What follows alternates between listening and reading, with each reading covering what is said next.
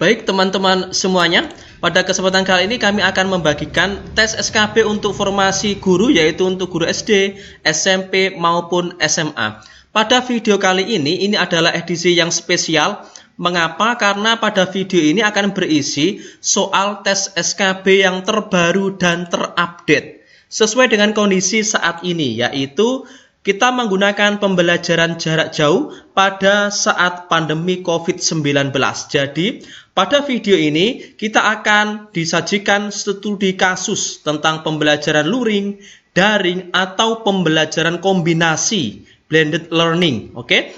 Untuk memudahkan kita dalam menghadapi tes SKB, karena biasanya pada saat tes SKB itu sesuai dengan kondisi terupdate pada saat itu juga, untuk melihat apakah peserta tes itu mengetahui atau menyimak atau seperti mengupdate informasi terbaru untuk pembelajaran terkini. Langsung saja kita masuk di soal yang pertama. Di soal yang pertama di sini, pada masa pandemi COVID-19, Ibu Ani tetap melakukan pembelajaran. Ibu Ani memberikan informasi kepada siswanya untuk menonton video pembelajaran yang disiarkan oleh TVRI. Kemudian dilanjutkan dengan memberikan tugas yang sudah disiapkan di modul. Pembelajaran yang dilakukan oleh Ibu Ani termasuk dalam A. Pembelajaran daring, B. Pembelajaran luring, C. Pembelajaran semi online, D. Pembelajaran blended learning, E. Learning Management System atau disingkat dengan LMS. Oke, di sini kita simak di soal nomor 1 di sini. Kata kunci dari soal nomor 1, pembelajaran yang dilakukan oleh Ibu Ani yaitu siswa menonton video pembelajaran yang disiarkan oleh TVRI. Kemudian mengerjakan tugasnya adalah di modul. Nonton TVRI sama mengerjakan tugasnya di modul. Kita lihat sekarang, anak menonton TVRI itu pembelajarannya dalam jaringan atau menggunakan akses internet ataupun tidak. Yang jelas karena di sini menonton televisi berarti di sini adalah luar jaringan. Oke, sekarang pengerjaan tugasnya. Pengerjaan tugasnya ternyata siswa dari Ibu Ani ini mengerjakan tugas yang sudah disiapkan yaitu melalui modul. Nah, modul di sini juga termasuk bahan ajar untuk pembelajaran luar jaringan atau pembelajaran luring. Jadi, di soal nomor 1 di sini pembelajaran yang dilakukan oleh Ibu Ani adalah termasuk pembelajaran luring, luar jaringan. Oke. Lanjut sekarang kita ke studi kasus di soal nomor 2. Pak Anton mengajar di salah satu sekolah di kota yang mempunyai akses internet sangat mendukung. Sekolah di mana Pak Anton mengajar menetapkan pembelajaran daring dalam jaringan. Di bawah ini merupakan contoh penerapan pembelajaran daring di sekolah Pak Anton, kecuali A. Pembelajaran dilakukan menggunakan video conference, misalnya yang dipilih oleh Pak Anton adalah pakai Zoom. B. Siswa mengakses video pembelajaran lewat YouTube yang telah dibuat oleh Pak Anton. C. Siswa mengerjakan tugas yang telah disiapkan oleh Pak Anton lewat Google Classroom. D. Siswa mempelajari materi yang telah disiapkan oleh Pak Anton melalui e-book.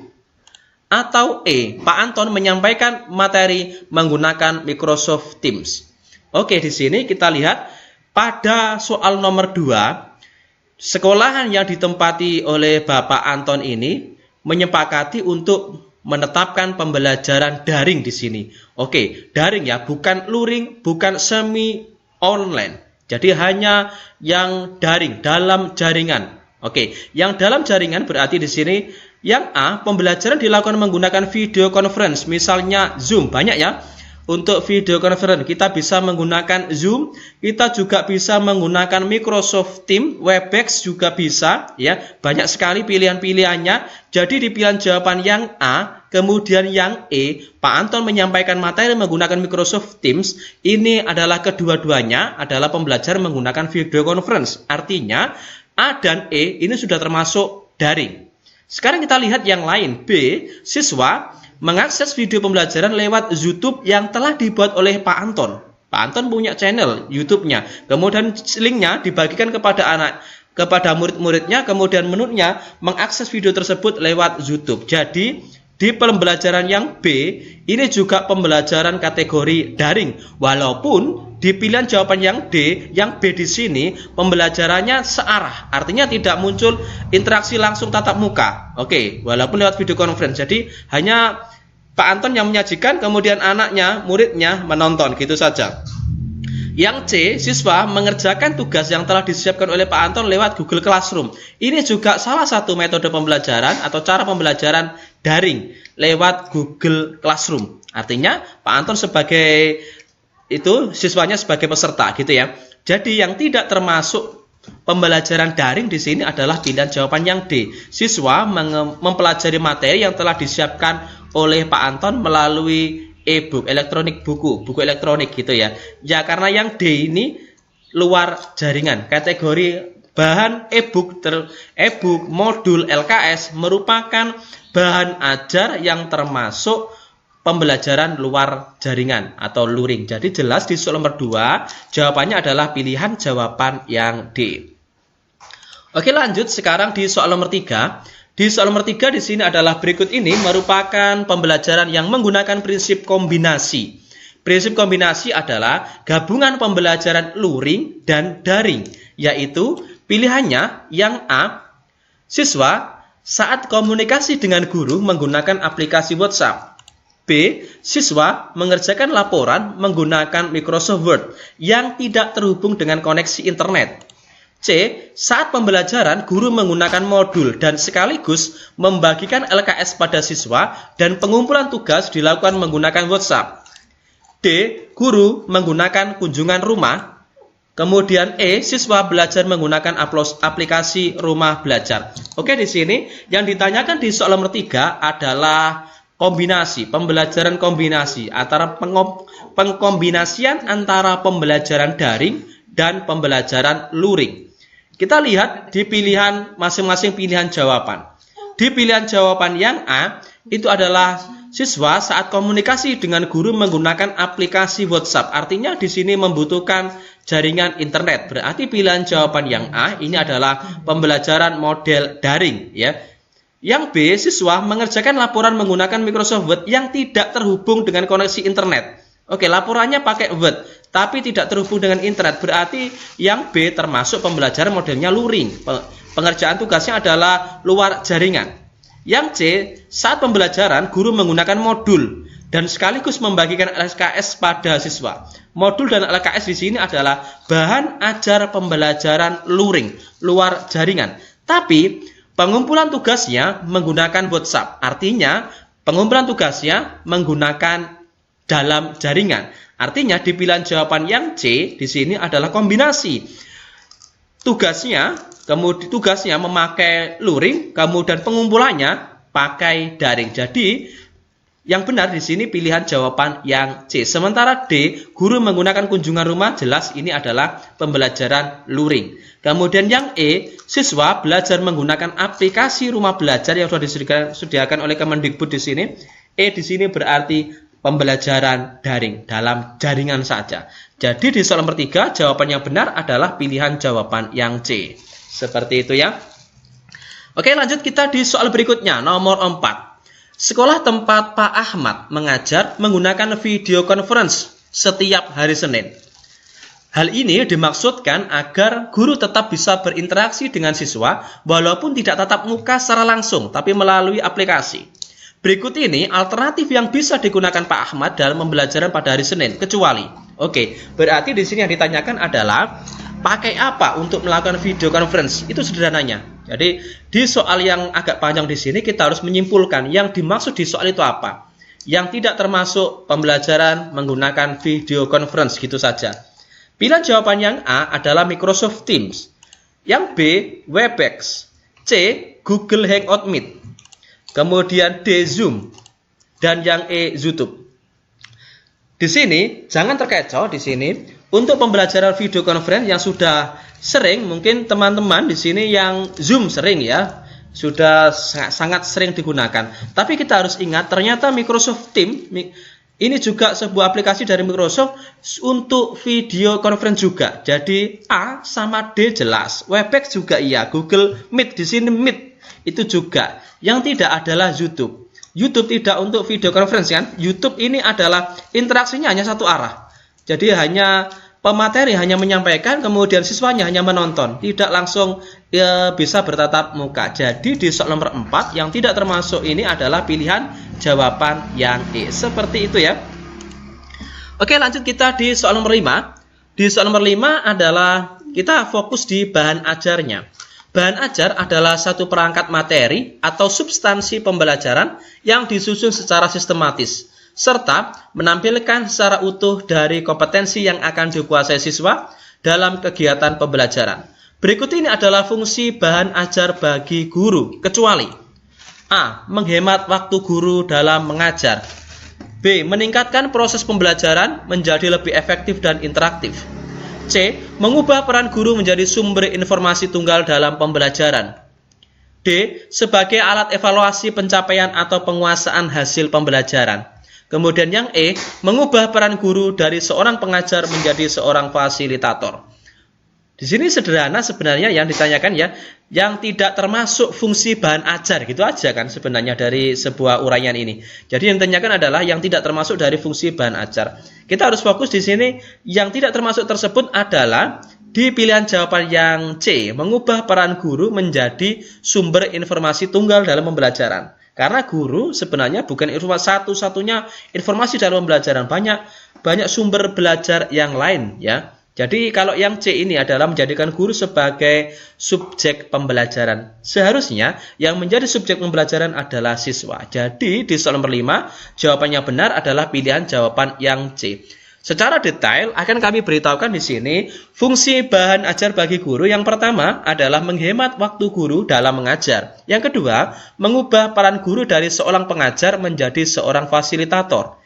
Yang nomor 3, meningkatkan proses pembelajaran menjadi lebih efektif dan interaktif. 4, sebagai alat evaluasi pencapaian atau penguasaan hasil pembelajaran. Oke, sekarang lanjut kita di soal nomor 6. Di soal nomor 6 di sini, Merdeka Belajar digulirkan oleh Menteri Pendidikan dan Kebudayaan Nadiem Anwar Makarim sebelum 100 hari sejak dilantik pada 23 Oktober 2019. Program pendidikan Merdeka Belajar meliputi hal-hal berikut ini, kecuali.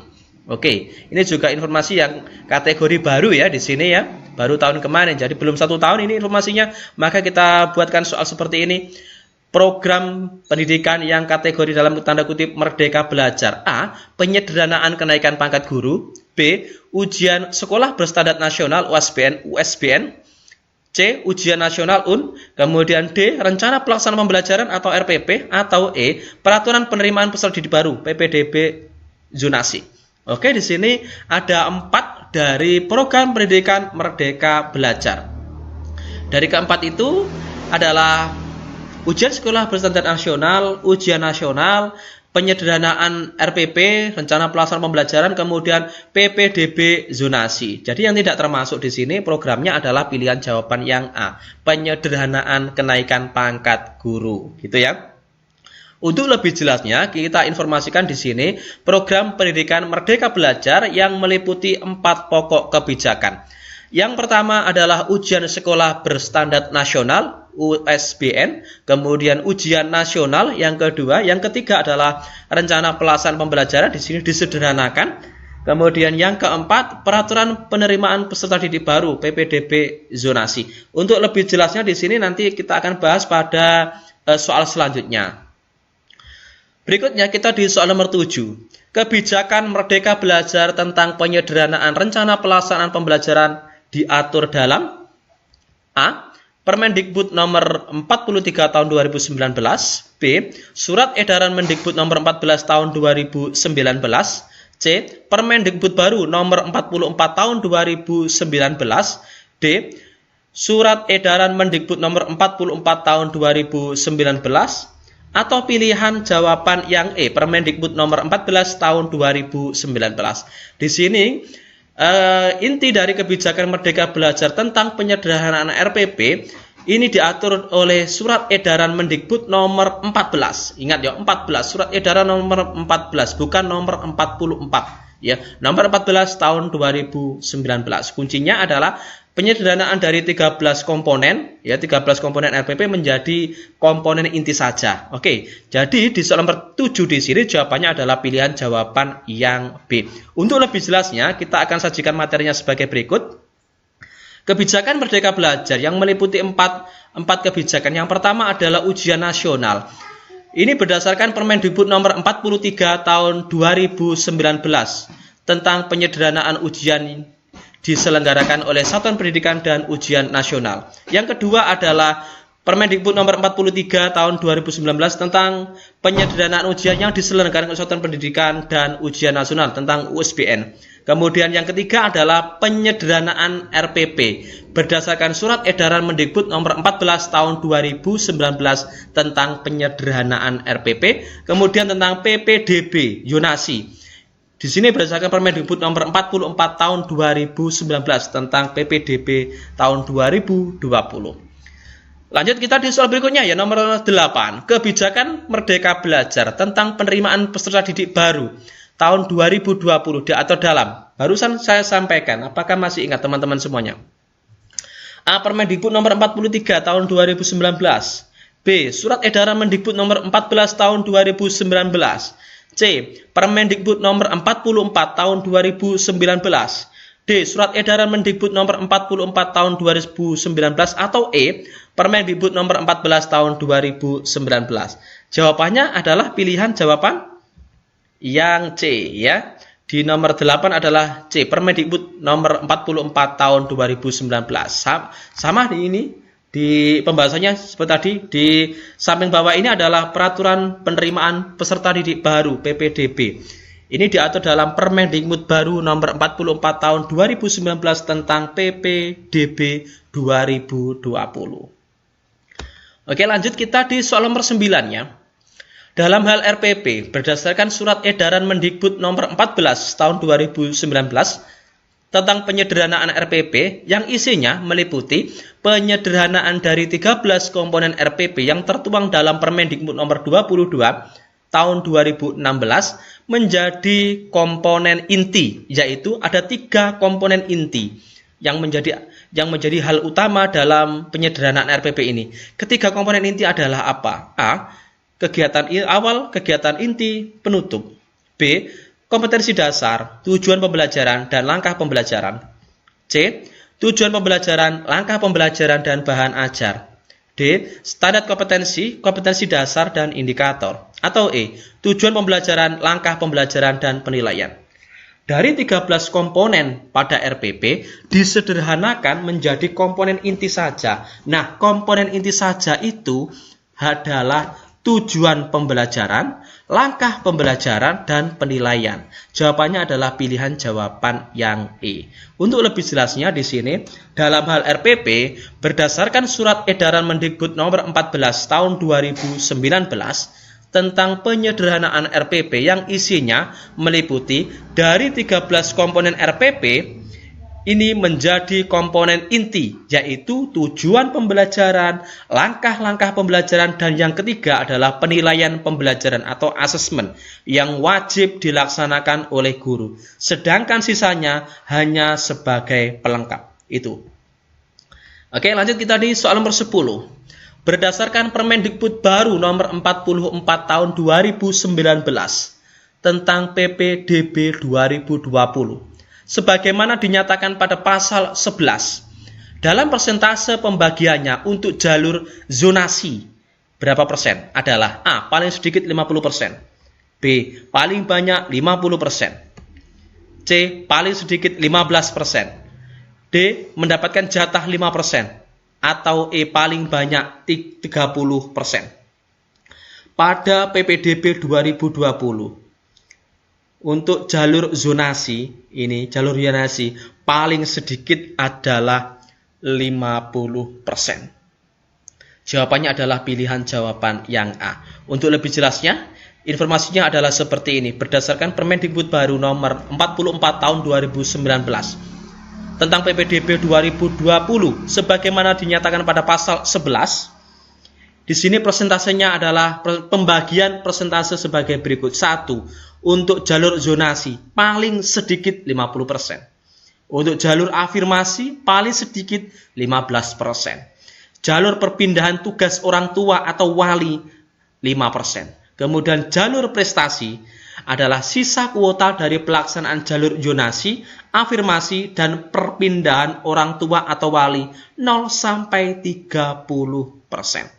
Jadi jelas di soal nomor 10 jawabannya adalah pilihan jawaban yang A, yaitu paling sedikit 50%. Oke, demikian teman-teman semuanya informasi dari kami soal pembahasan. Jangan lupa like, kemudian subscribe. Bagikan jika dirasa video ini bisa bermanfaat bagi orang lain. Terima kasih dan tonton kami di video selanjutnya di Klub Matematika. Semoga bermanfaat.